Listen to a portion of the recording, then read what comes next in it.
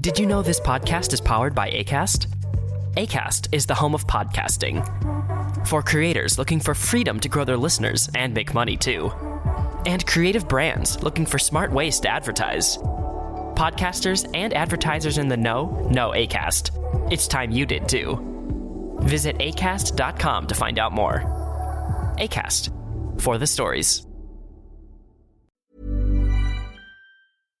When I first learnt about Laura Mae Martin, my first thought was, she has my dream job.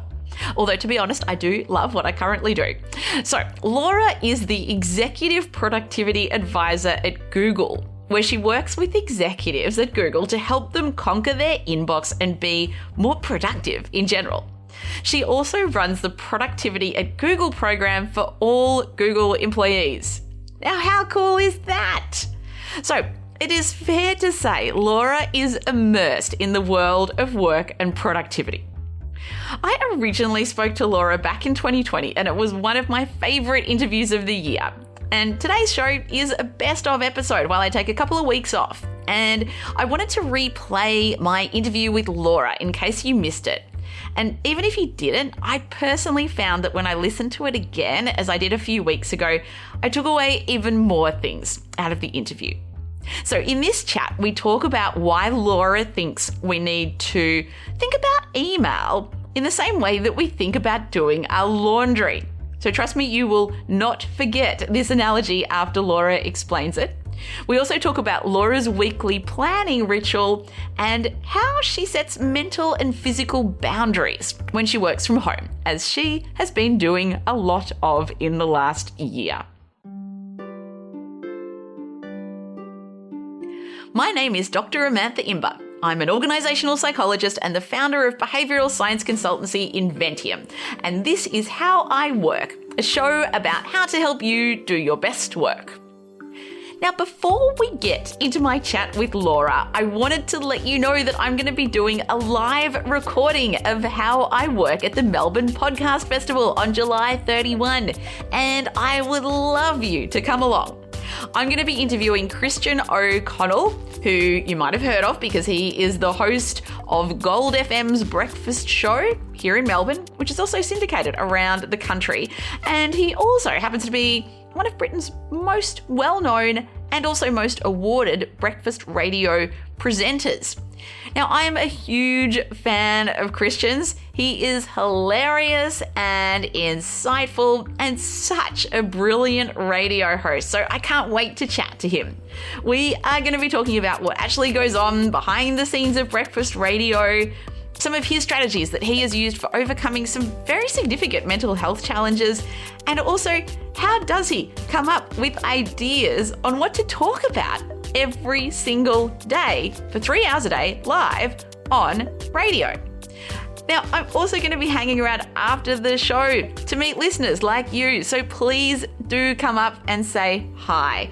Very, very excited for this event. So, to book, the easiest way to do that is there is a link in the show notes. Click on that link and that will send you straight off to get tickets, and all profits go to charity.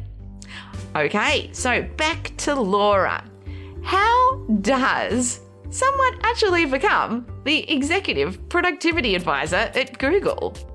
So I started at Google about 10 years ago in a sales role, and I was doing sales but had a project on the side which we call 20% projects. And it was basically just showing people how to set up their email the way that I had it set up. So I started teaching like an inbox management class. It started with like one person and then it was like 5, and it started to get bigger and bigger, and that became my side project, just teaching people how to organize their email.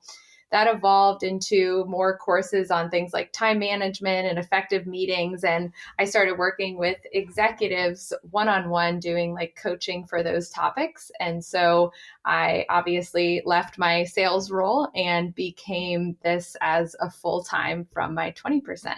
That is so cool. Oh, amazing, amazing. I would definitely want to delve into some of these email tips a bit later, but something I'm curious about, and to be honest, how I'm starting a lot of my interviews at the moment, just given that we're right in the middle of all the kind of COVID chaos and who knows for how long. And I should probably ask, where are you located in the world right now? What's your lockdown situation? Yes, so I am on the East Coast of the US in North Carolina, and I am working from home like everyone else. I have a husband who's working from home, and I have a 9-month-old daughter, and I'm currently operating without childcare. So that is where I stand right now. Oh my goodness. Okay. All right. We'll need to delve into that. So look, I want to know, what are the biggest changes that you've made to how you work during this time? Yes. So especially with, no childcare, I think there's kind of two schools of people. It's people who maybe have more time than usual. They live by themselves or with a roommate. They're not commuting and they're trying to find a different structure given that they're not going into the office. And then we have people who are at home and maybe their kids are also home from school. And so those look very different, but some of the strategies that I've used, I think, can help both groups of people. So for me, obviously, now that I'm operating with my daughter home, the biggest thing for me is that instead of having this full work day where, from roughly 9 to roughly 5, I'm working on everything I need to do, I kind of think of myself now as working in sprints. So it's whenever she's napping for a couple hours, I'm working. Whenever my husband takes over for a couple hours, I'm working. When she goes to bed, I'm working. So now I think of my work day as probably like 4 1 to 2 hour sprints, when I can get the time in versus that large, luxurious day at the office. Yeah, wow. What does that do to your headspace, do you think? And your productivity levels? I mean, you are a productivity advisor, so I'm expecting that you're normally pretty productive, but having the sprint mentality, and I must say I can totally relate to that. What do you find that does to, I guess, your efficiency, but also your prioritization as well? Yeah. So I think that the way I think of it is I just pretend that my manager, my boss came to me and said, "Hey, I have this new 4 to 5 hour a day project that I need you to take on." And for me, that's childcare. So if I had that project assigned to me in irregular times, how would I prioritize going forward? So maybe I would say like, okay, some of these things that are nice to do, but not necessary, those are going to fall off a little bit. Some of these things that I like to do, but someone else could do on my team, things like that, I'm delegating a little bit more. So it's kind of just like, if that situation happened to you, you start to rearrange and say like, I like to spend a little more time on this, but I don't have that time now. What do I really, really need to do? So I think in the way of prioritizing, it's focusing on the things you absolutely have to do. But then in the way of getting those things done, I think planning ahead is really the key to operating in these sprints. So it's, not just, hey, I'm going to have an hour and a half starting at 9. That's when I'm going to sit down and start looking through email and decide what to do. That's not going to get me very far. So I actually plan the night before. I say, during these sprints, what do I need to get done? Absolutely need to get done. What sprint am I going to get that done based on my, typical energy level then? And what does a successful day look like? Tomorrow will be successful if I do this one thing or whatever that is. So just planning a little more ahead so that you're not wasting any time deciding what to do when you have those sprints.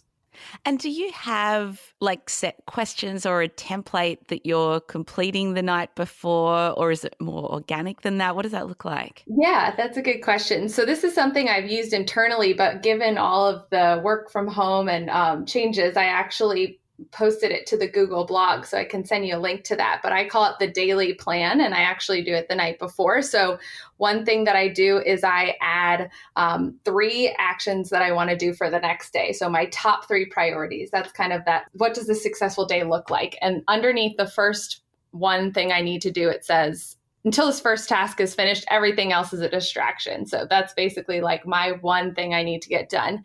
Then I take a look at hour by hour, which I think is the most important part. So a lot of productivity tips mention this, but planning out what you plan to do hour by hour beforehand makes a huge difference in whether you actually do it. Even just writing down, I plan to work out 7 to 8 makes you way more likely to do that than to wake up and trust yourself. So I do a rough hour by hour plan. Obviously, I don't always know how long naps are going to last, but I do an estimate. And then I also have a little snack size to do. I call it the bottom corner. And I say, okay, if I end up having 15 extra minutes, those are all tasks that are 15 minutes or less. So those aren't necessarily my top 3, but if I end up having 15 minutes that I didn't know I had, a meeting ends early, a nap goes long, I need to have a list of things I can quickly do. So make that one phone call, do that one email that I've been needing to do. So I have that. I have also at the very top, it says something that I'm grateful for. And I think I had that in a planner once that I bought,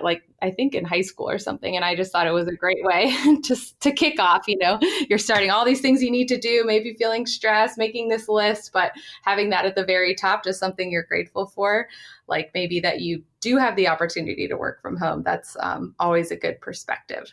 That's cool. I like that process. So that's the daily process or the evening process. Do you have any kind of weekly, monthly, quarterly sort of rhythms as well when it comes to planning, prioritizing? What does that look like for you? Yeah. So weekly, I do something similar. I do a template that basically says, what are my priorities for the week? And then not just what do I need to do, but when do I plan to do it? So if I say I really want to complete that project, where people get stuck in productivity, I think, is just listing everything they want to do, but never assigning the right place for it. So I've heard you talk about this in some of your other episodes, but finding when that natural rhythm you already know you have. So I know that I, tend to be really high energy on Mondays, and I can get a lot done because I've been rested over the weekend. So already knowing that about myself, I can slot things into that Monday time slot that I know. Fridays, that's a better day to do things like catching up on articles I wanted to read, or maybe responding to some lower energy emails, creative meetings, catch-ups. So I try to structure my week and days in kind of like that rhythm where I know when I'm going to be most productive and I slot the things I need to do there. That's really interesting because I do talk and write a lot about daily rhythms and people's chronotypes, whether they're a morning or evening person and so forth. But I think the weekly rhythm thing's interesting, and I feel like less people sort of talk and think about that. And I wonder for you, when did you start working to a weekly rhythm, and how does one kind of become more self-aware as to what the right weekly rhythm is for them, or the most effective weekly rhythm is for them? Yeah. So I think that when I talk to executives about this, I say the simplest way of thinking of it, daily or weekly, is what are you in the mood for then? So, if you find yourself, and it's just picking maybe one week where you pay attention to already what you have going on. So with one executive, I remember he had like a huge staff meeting every Tuesday for a couple hours with all of his staff. And it was, draining in the sense that there was a lot of information shared. It was everybody was mentally focused. And then he found that he kept canceling his Tuesday afternoon meetings.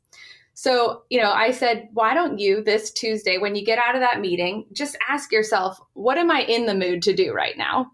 And that will show you maybe what you should start slotting at that time. So for me specifically, I found that when I was in sales, I was having lots of ongoing calls with customers that were part of my portfolio and things like that.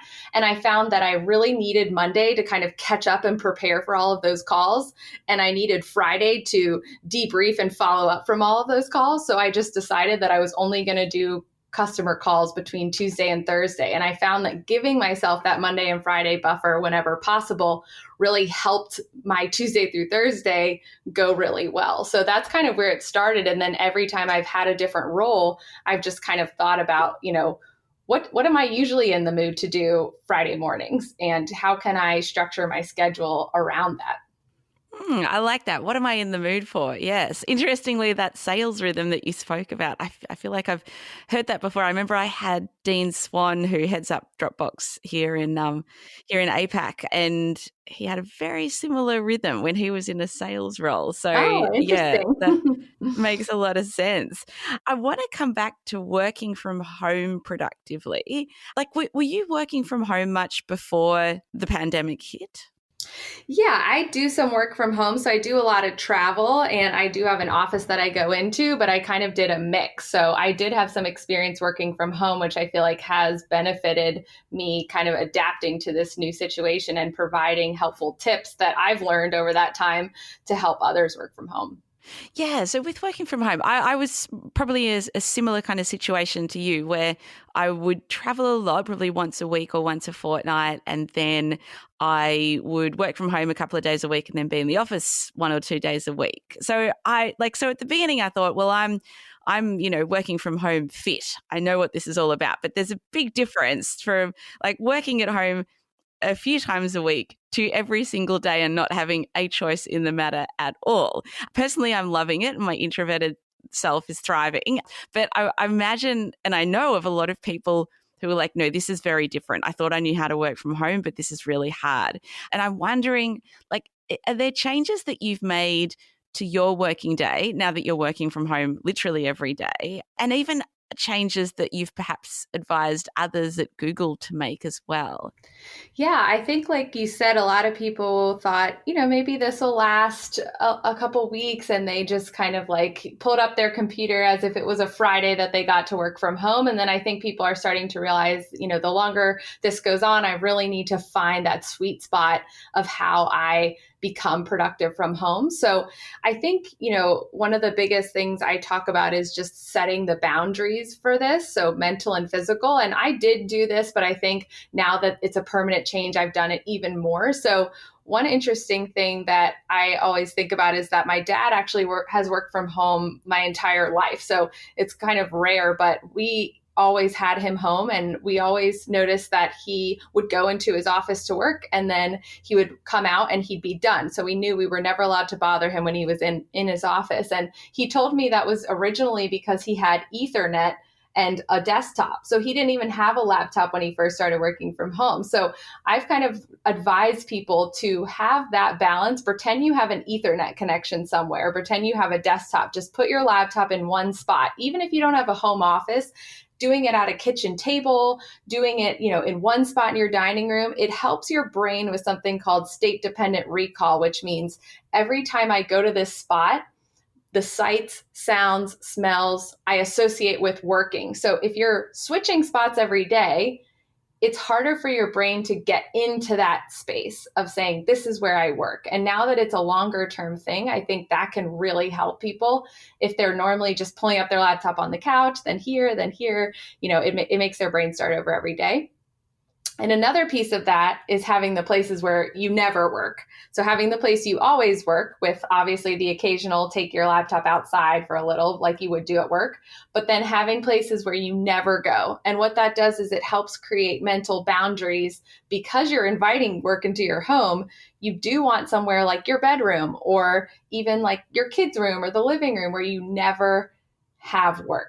So you could even think of it like a guest in your house. If you had a guest who was staying for a really long time, you wouldn't say like, hey, just come into my bedroom anytime you want. Like, no, you would give them a separate space. You would have boundaries. You would say, I'm going to do this and I'm going to do this alone. And then I'll see you when I'm ready to see you. So, setting boundaries, I think, is the biggest one for this long-term situation.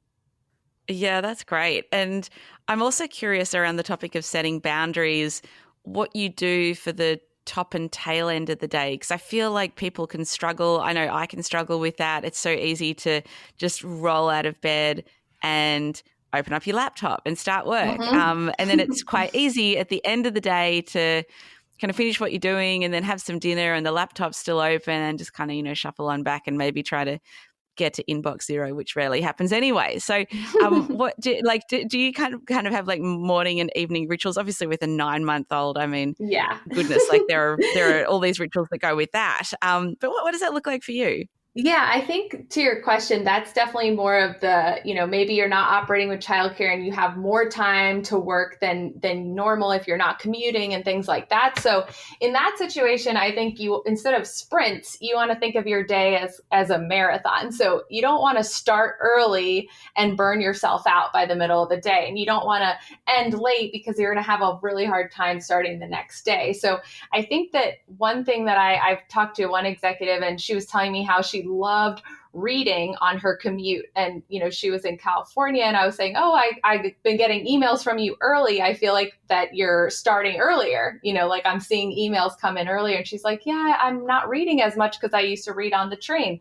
And I advised her, maybe you could wake up, put your phone aside, pretend you're getting on the train for the exact amount of time as your commute was, read, and then, start whatever you would have done when you got to work. And, ever since she's been doing that, I was talked to her recently, and she said that it's helped so much because it's basically like more similar to her routine that she already had. So I do things like I don't look at my phone until the time when I would have gone to work. So I wake up and I spend time with my daughter, I eat breakfast, and then I grab my computer. So a lot of people are just pulling their computer up the minute they wake up or something like that. And it's harder to start that day.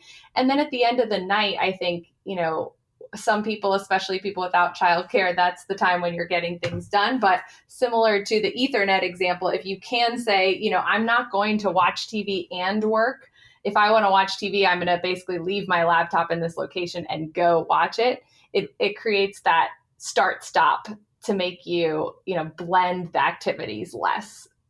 That's very helpful. And yeah, I like the distinction that you make around the sprint versus a marathon, depending on whether you're now a homeschooler or parent or someone that, has a different sense of time. I do want to ask more about parenting. I feel like people ask me a lot of questions about this, and I feel like I don't really have much in the way of good answers. And so I've got a 6-year-old at home who's in year one, and, and I do have a bit of help, but it is, wow, it's so different. So what have, aside from working in sprints, what have been the most effective strategies that you've used to help balance that? Yeah, so that's more of like a hacks question kind of. And I think one thing I've been doing is like, when I know I can take something over a phone call versus video chat, I do it on a walk. So she's very happy in the stroller, and I say like, okay, well, I'm going to do a walk every day from 11 to 12:30. And then I start scheduling calls in there because, that's something I can do. And I know she's going to be content. So I've been doing that. Another thing is my husband and I have tried to do alternating no meeting days. So I try to, wherever possible and not always possible, but try to schedule all of my meetings on Monday and Wednesday, and he's trying to do Tuesday and Thursday.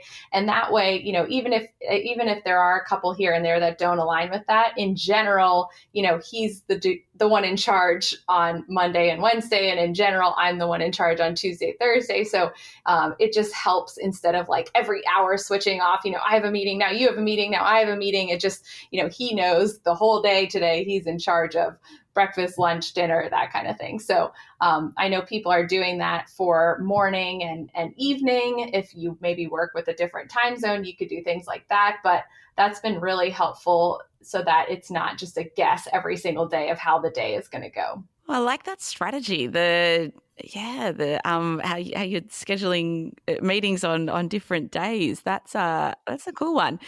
What is your approach to meetings? How do you think about productivity within the context of a meeting? Because often that can be people's biggest productivity killer. I think I read once that the average executive spends 23 hours a week in meetings. And I would hate to think about the number of hours that people are in meetings now that they can't see everyone every day. Yes, I think so too. And I had this friend, or I guess he was a coworker, and I left his team, and he stopped me in the hall about a year later and said, "Oh, I've really been wanting to catch up with you. I was going to add time to your calendar, but I knew you would decline it unless I had an agenda written out. So I haven't done it yet." So that made me laugh, because I've definitely built a reputation for myself. Like I say, no agenda, no attenda. Like I want to know exactly what's going to be talked about. How it's going to go, how long. My default is 15 minutes for meetings. I know a lot of people start at 30, but I would rather start at 15, and then you don't kind of like the hot air balloon effect where you're filling the time because it's already scheduled. So I'm definitely diligent about meetings. But one tip that I've been giving since all of this started is that it's okay in this situation to be a little more relaxed about that. So I think that, we have this natural like water cooler run in, chatting at our desk, kind of back and forth that's going on in the office. And so being at home, especially for people who may be by themselves this whole time, that can be isolating without some of that chit chat, lunches, things like that. So a lot of meetings that maybe I would have said no to before all of this, I'm keeping on the calendar. So just check-ins, just, chatting with people. My team has a informal weekly meeting, so we don't talk about anything work related. And each week we have a different agenda item, which is, one last week was share your favorite recipe. This week is a TV show that you're watching that you've really enjoyed. Next week is a hobby that you've started, and then we're going to show the progress of the hobby over the coming weeks. So, we're finding ways to connect and meet, but they don't have to be as rigid as, maybe the in the office schedule that you're normally following.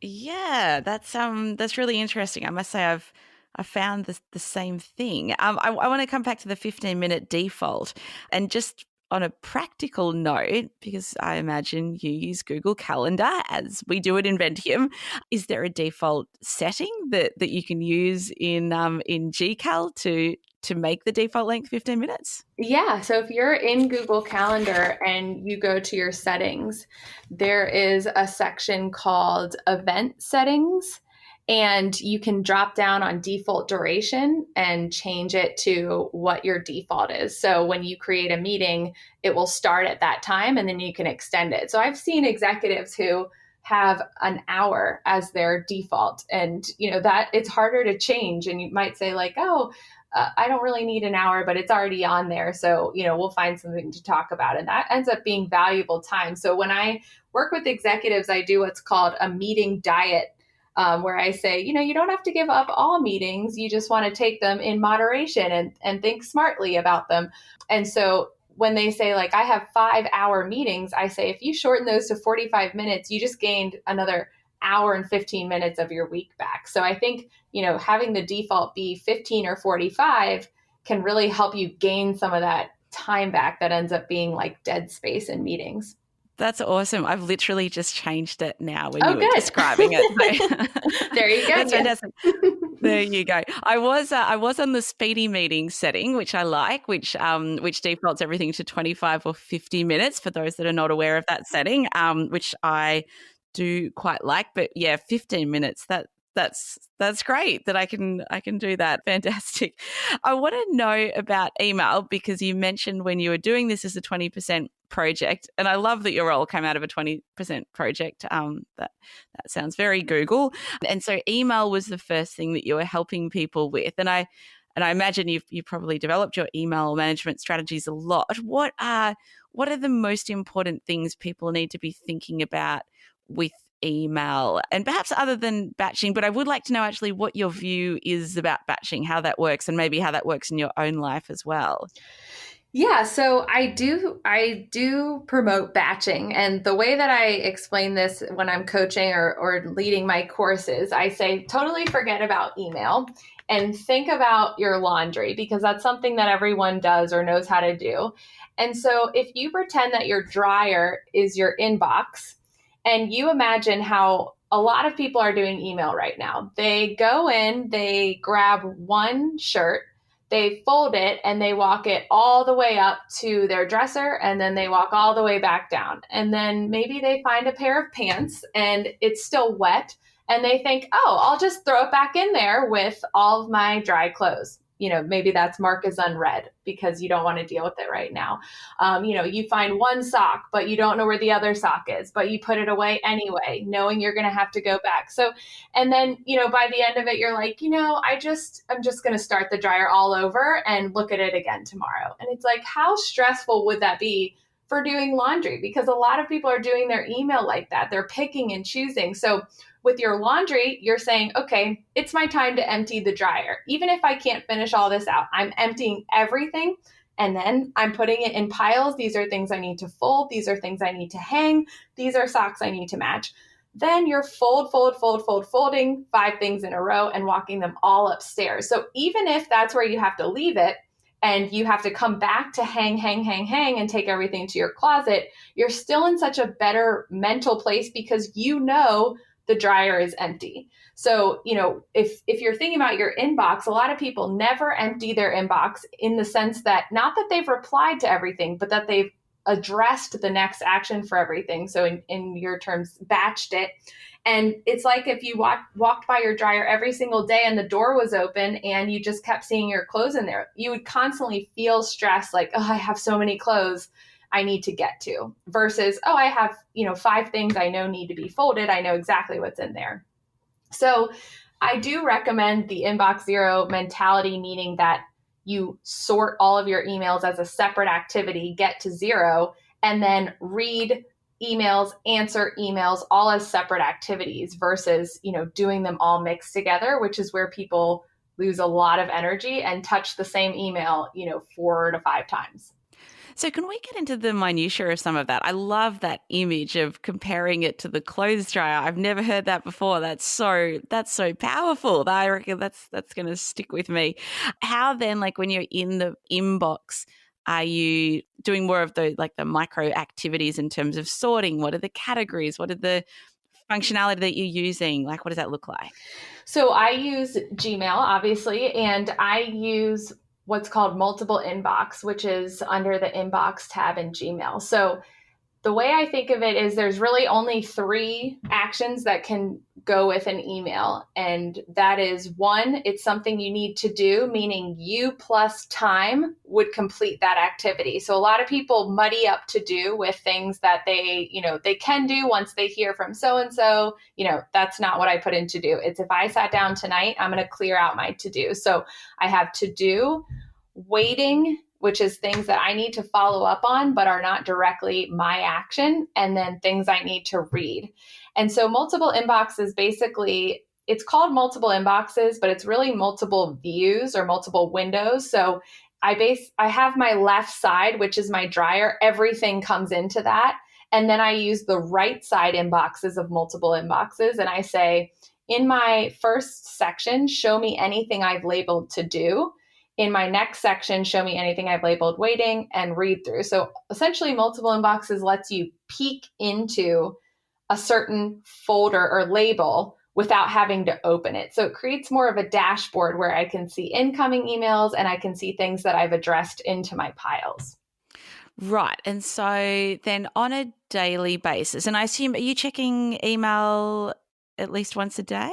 Yes. So I know a lot of people say, and this, if you ask me my 2 rules on email, it would be 1, treat it like laundry, and 2, close it 1 to 2 times a day. So I don't recommend, only look at your email once, because a lot of people's jobs, the way we communicate now, that's just not realistic. You're going to miss something that is for the next meeting or something like that. So I really say, it can be open, but you really should close it if you've set time to work. So I check my email, throughout the day, but the structure of how the workflow, I guess, is what you're asking. It's basically, I open my inbox in the morning, I get to 0. So I go through each email in chronological order without popping back to the main inbox. So I use something called auto advance. It forces me to go to the next email versus going back to the dryer and picking out whatever I want that looks shiny. It's like, no, I'm going to the next thing I got.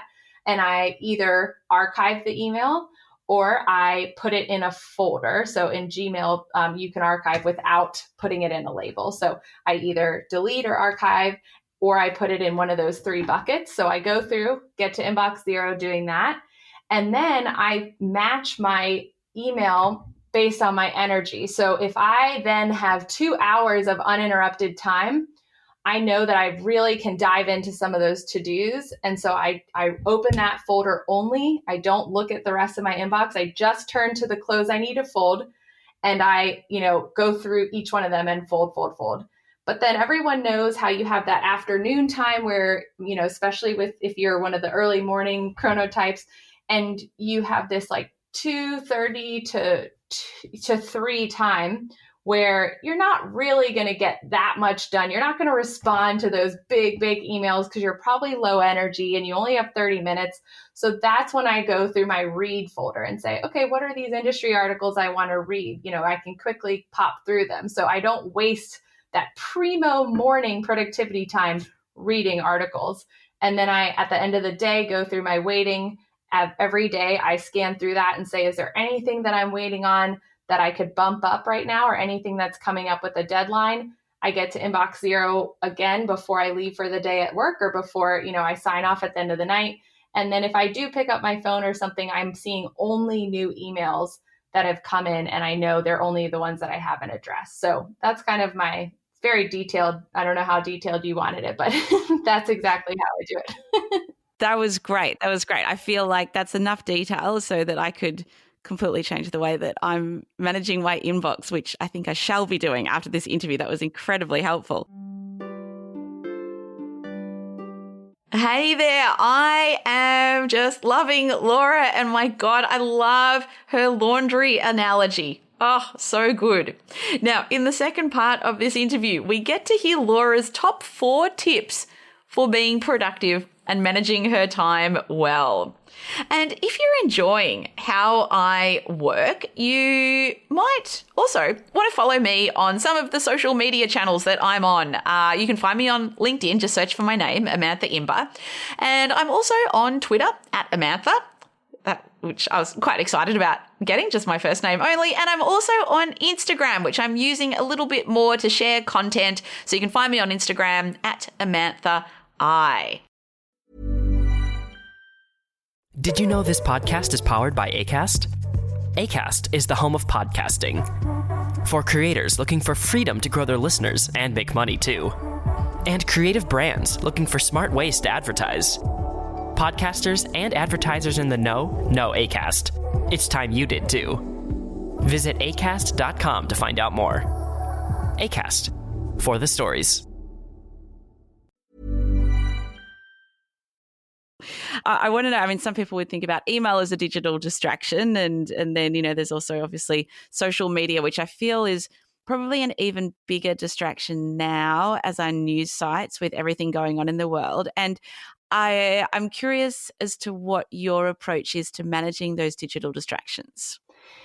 Yeah, I do think that's, I don't want to say downfall, but a lot of times with productivity coaching, that's like a big stick in the mud that I see, that people are saying, oh, this one thing is keeping me from getting things done. So like you said, especially now, I've been sharing internally at Google, not necessarily even work related, but I've just been calling them habits that help, that are little, things that I've been doing that I feel like are helping during this time, in addition to tips to working from home. And one of them that I mentioned right now is just, not looking at social media on my phone. So I feel like I'm using my phone more to work because I'm, keeping up with a child and things like that. So I kind of want my phone to be a safe place where I just can look at work or message friends and family. So, if you feel like you're spending a lot of time on news or social media, you could make a simple rule, like I only look at that when I'm at my computer, which is a little bit harder to do. So the key to distractions is that you want to get out ahead of them. So once you get that, pop up about social media, there's basically no way that you're not going to follow it. So you have to make it almost harder to participate in the distraction harder to not. So if you are trying to read, so I'm doing this reading challenge, and I say, like, you actually have to put your phone far enough away where it's annoying to you to have to get up and go get it. And that will keep you from, looking at your phone while you're reading. So things like chat pop-ups, news pop-ups, you can't just expect that when they come, you're not going to look at them. You actually have to say, before that happens, I'm just going to turn them off and see how much mentally more focused I feel.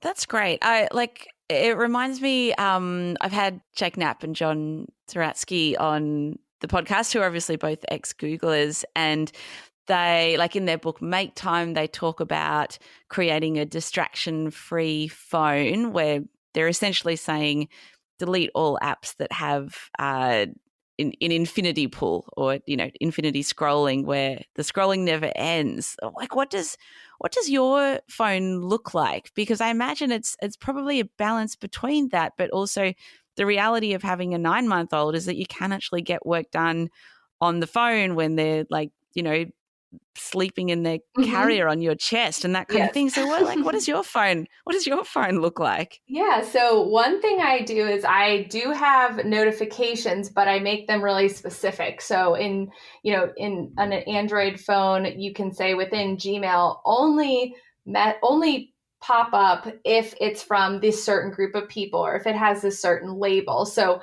I do that so that I'm getting notifications for important things on my phone for work, but I'm not getting every single email that's sent, because I don't need to go to those emails, right away. And then I do have, some apps like photos and things like that, but I don't have social media apps on my phone. So I do look at social media on the computer, and that's pretty much it. And one thing that helped me come to that is just looking at, which many phones have now, is my, settings for how long I was spending in each of those apps. And when I was trying to do my reading challenge and find like an extra hour a day for reading, and I realized I was spending about that on social media, it helped me stay like, even just a few minutes here, a few minutes here, a few minutes here really adds up and pulls you away from your, mental space. So I think that that's kind of what convinced me to remove that. So I have notifications in moderation, I would say. That's an interesting approach. Instead of just going blanket, no notifications. That's very interesting. I want to know, in terms of apps that you find helpful for productivity or staying focused or time management, those general areas, are there any favorite apps that you have for the phone or for the computer that you find really help you during the day? So I would say that the number one app that increases my productivity, especially right now, is Google Keep. And the reason is because of the idea of what's called capture in productivity. So when I talk to executives and I say, when do you come up with your best ideas? They never say when I'm sitting at my desk. They never say when I'm looking at my computer. They never say, in a meeting. They say, in the shower, or in my commute, or, when I don't have anything, I'm just on a walk, something like that. So the point is, when you're kind of like walking around, and maybe it's, for me, I'm with the stroller, or I'm cooking or something like that, that's actually when a lot of my ideas come to me, or things that I want to do, or things that I want to remember. And so a lot of productivity is, how do you get those down and action them? So everyone has those ideas when they have that clear mental space. But I think the difference between, quote, a productive person and unproductive is who does a good job of getting those down. So Google Keep has a feature where you can just say, okay, Google, if you're using like a Google Home device, or an Android phone, you can say, add this to my grocery list, add this to my to-do list. You can take an audio note of yourself talking. So if you don't have the ability to type out what you want to say, but it's a really good idea, you just speak to the app, and it both takes the text out of what you're saying and also includes an actual snippet of the recording. So it's almost like a Post-it note program. So you have your notes, you can categorize them. So that's how I work. And that's probably the number one app I use on my phone, is just any idea I have, whether it's grocery list, something to do, something to say, in my next meeting, whatever that is, I capture it down.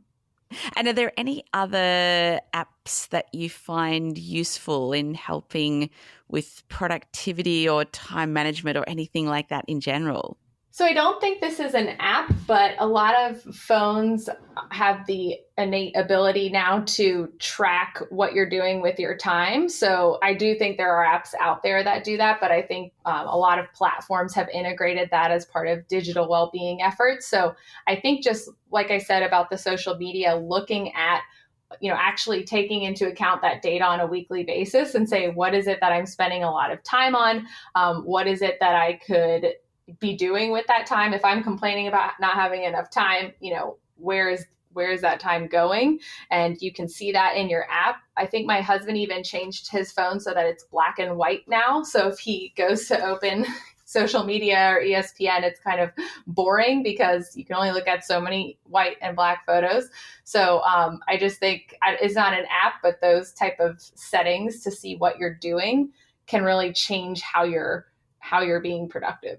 Yeah, I love the grayscale trick. I do oscillate between having my phone in grayscale where everything just looks utterly boring and a little bit hideous to going back to color. So I think that's a really interesting trick. I want to come back to something that you said about meetings and how you kind of sort of relaxed things a little bit there just for that social connectedness. And I want to know, I feel like there are so many people struggling with the lack of connectedness with coworkers right now. And I want to know what are you and other people at Google doing differently during this time to feel connected?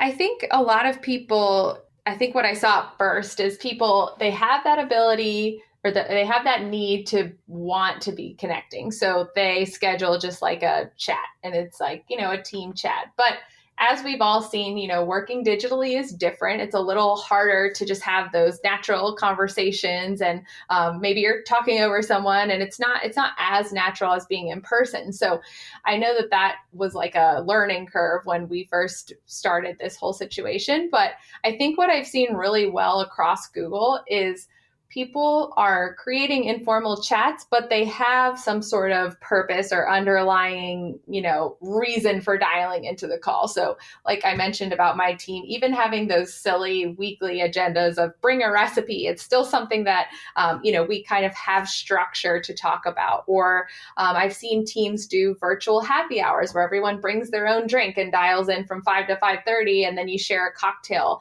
that you created or a mocktail or whatever that is. I've seen people do virtual bingo or categories. So I think it's just getting creative and saying, maybe you add an element of the meeting that has a social connection. Maybe you meet a little more often. So some of my bi-weekly meetings have now gone to weekly since we're not seeing each other in the hallways anymore. So I think it's just getting creative with what makes you feel like when you get off the call, the same way you felt at the end of a workday, like, wow, I really know what's going on with those people, or I really got a good idea, or felt connected. I like the idea of it's almost like having an agenda to get connected. Like I like that your team meetings have those themes or activities, so to speak, rather than it just being a kind of loose happy hour, which I imagine that a lot of teams are now doing around the world. Yeah. Are there any other strategies that you've been experimenting with or that you're hearing from other Googlers that are working really well to improve that connectedness? I think I've just been hearing, from a lot of managers and anyone. I think an important thing to remember is not just covering business. So really thinking about the fact that maybe one of your coworkers is at home by themselves. Maybe one of them is at home with their kids. So just thinking about people as people, which, we should be doing all the time in business, but especially right now, just kind of connecting with people where they are. And instead of talking about, whatever the business need is at hand, you can get to that, but maybe saying, how's it been going with your daughter's homeschooling? Finding that human connection, checking in with people, seeing how they are, on a week-to-week basis. I think that that's been something that I've really seen across Google and can be, really helpful for those people who feel like they're not, maybe the work chat is the only social connection that they're getting. So you really want to check in with people and see how they're doing. Awesome. Yeah, I like that. And I have one final question for you. Like if you could, and it's partly motivated by the fact that I feel like there are so many great strategies that you're using and things that I'm personally going to take out of this interview. And I want to know, if you could just hang on to 2 or 3 or 4 of the ways that you manage your time and be productive, like what would those top things be that you just absolutely cannot let go of that have really been quite transformative for you? So the very first one, and I would say the most important one, it's probably going to surprise you, and we haven't talked about it, but that would be to meditate. So if I tell people that there's one thing to make them more productive, I jokingly say it's to do nothing for 15 minutes of the day. So, that is something that I feel like all of these things that we're talking about, not focusing on distractions, really taking the time to dive in your email when you do have the time. All of those things are helped by having that mental sharpness that comes from working out your brain, which is essentially what meditation is. So that would be, if someone stopped me on the street and said, what one thing can I do to be more productive? That's definitely what I would tell them. So that would be my first. My second, and that this is obviously more in the non-working from home time, but anytime really, is just to be really diligent about meetings. So anytime you're taking meeting time, thinking, what would I be doing with this time otherwise? And then, making sure that you have a better, that is a better use of your time. So meetings are important and they need to happen, but really thinking about what is the trade-off for what I'm doing instead of this meeting, and making it worth your time. The third, I would definitely say, is wrangling in email. So, that seems to be, and I guess you could lump that in with other distractions, but I think that it's funny because I work with people on their email and then they come back to me saying like, oh my gosh, I'm so much happier. I'm spending more time with my kids, like things like that. And I'm like, what? It's an email training, but it really is like your email is taking up so much mental space. So if you find a way to know exactly what you have going on in your inbox, whether you've answered it or not, even knowing what you're not doing is as important as knowing what you are doing. It creates that peace to say like, yes, I'll get to that. So I would say wrangling your email as the third.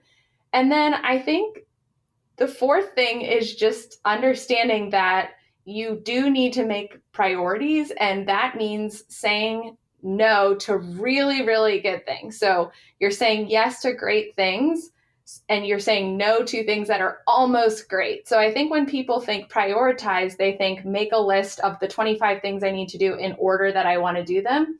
But really what it comes down to is, make a list of 25 things I should do and narrow it down to 5 and do those things really, really, really well. Because when you slam your schedule with meetings or to-dos and all these actions, you leave little space, what I call white space in your schedule to come up with amazing ideas for one of those top 5 things. So really figuring out, and maybe, one of my tips is that this time is kind of an interesting time to do that. So you have this ability to kind of like pull back. I think of productivity like a rubber band, you have to pull back to really launch forward. So this is for some people a time to pull back and say, what am I working on that could be better? What are new opportunities going to look like for me? So finding those things that are really, really important and then, cutting the rest of them off. Oh, that's awesome. I love those pieces of advice. Well, Laura, if people have listened to this and they're like, how can I connect with this productivity guru? What is the best way for people to do that and, read some of the things that you're writing about? Yeah, I think LinkedIn's probably the best place. So I write a lot of articles on the Google blog and things like that, and I always share them on my LinkedIn feed. I also have a series on the YouTube channel for G Suite, our suite of products, which is Gmail, Calendar, Keep.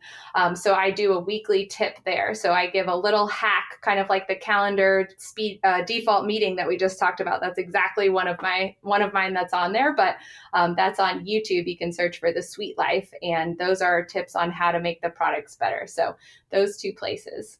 Fantastic. I will link to those things in the show notes. Laura, thank you so much for your precious time. And I've learned so much, and I'm so going to experiment with some of the strategies that we've talked about. So thank you. Great. Thank you so much. I really appreciate it. Hey there, that is it for today's show. Now, next week, I have Greg McEwen on the show. And I have been a fan of Greg's for years after reading his first book, Essentialism. I'm very excited to share this interview where we talk about how we can make hard work effortless. So hit subscribe or follow wherever you listen to How I Work from. How I Work is produced by Inventium with production support from Dead Set Studios. And thank you to Martin Imber, who makes everything sound awesome by doing the audio mix for every episode. That is it for today, and I will see you next time. Did you know this podcast is powered by Acast? Acast is the home of podcasting. For creators looking for freedom to grow their listeners and make money too. And creative brands looking for smart ways to advertise. Podcasters and advertisers in the know Acast. It's time you did too. Visit acast.com to find out more. Acast, for the stories.